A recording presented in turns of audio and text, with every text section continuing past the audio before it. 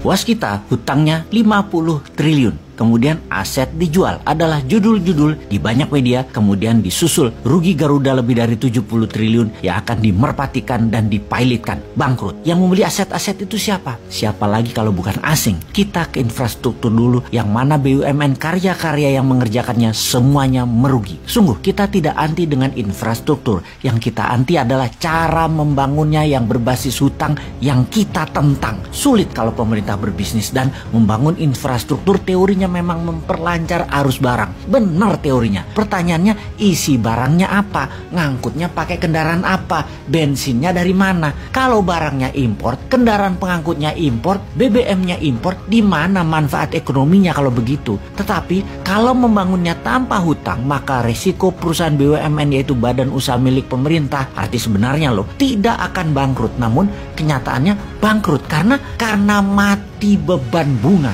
Ada dua hal yang menimbulkan masalah ekonomi yang saat ini terjadi. Karena yang membangun adalah BUMN, maka modal disetor 20% harus free cash. Ternyata BUMN nggak punya uang, jadi BUMN-nya ngutang untuk setoran modalnya. Lalu yang 80% sisanya cari pinjaman bank. Katakan bank BUMN juga. Maka proyek itu di markup agar 20% setoran yang pinjam tadi bisa dibayar, alias proyek itu sesungguhnya 100% adalah pakai pinjaman bunga bank. Karena memakai uang BUMN, maka sejak 5 tahun yang lalu bank-bank tidak memberikan kredit ke swasta, tetapi mementingkan proyek mercusuar infrastruktur gagah-gagahan agar terlihat mentereng, walau yang memakainya untuk konsumtif yang menghabiskan bahan bakar minyak yang impor. Bank-bank dipaksa membiayai proyek pemerintah tersebut sehingga sektor swasta terutama menengah bawah uangnya seret. Duit dikit beredar, hanya 44% dari PDB nasional. Niat memperkecil uang beredar itu kita paham, yaitu untuk merendahkan inflasi, di mana uang beredar dengan produksi harus seimbang. Karena produksinya nggak ada, maka uang beredar dikecilin. Strategi ini biasa disebut dengan nama quantitative tightening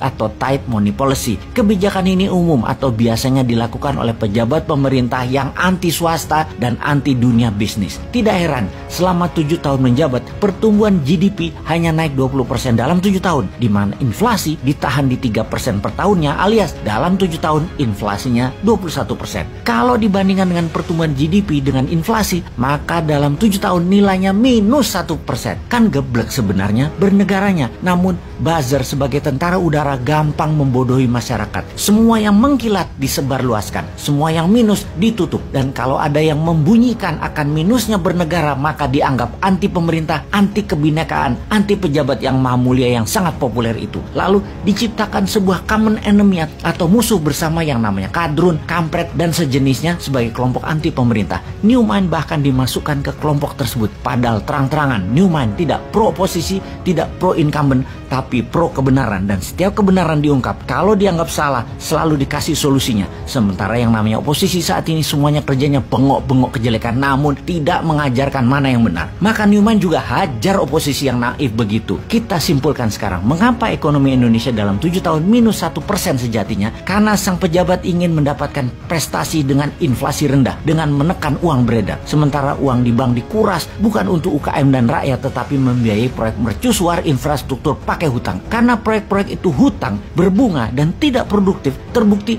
rugi semuanya. Maka ini membuktikan secara perhitungan ekonomi, caranya membangun infrastruktur pakai hutang adalah kegeblekan hakiki. Yang efek selanjutnya, ekonomi menjadi melambat, produksi UKM menurun, dan hanya menjadi trader barang-barang Tiongkok untuk hidup. Maka yang terjadi selanjutnya adalah aset dijual ke asing atau ke swasta yang dekat dengan pejabat penguasa yang mainan uang, restructuring dana asing. Saat ini sebenarnya kalau masyarakat sadar di atas sana lagi bancaan nasional, bagi-bagi cuan. Yang heran, kok kalian sudah nggak kaya, nambah miskin, masih aja membela, mau cari yang lain gitu loh.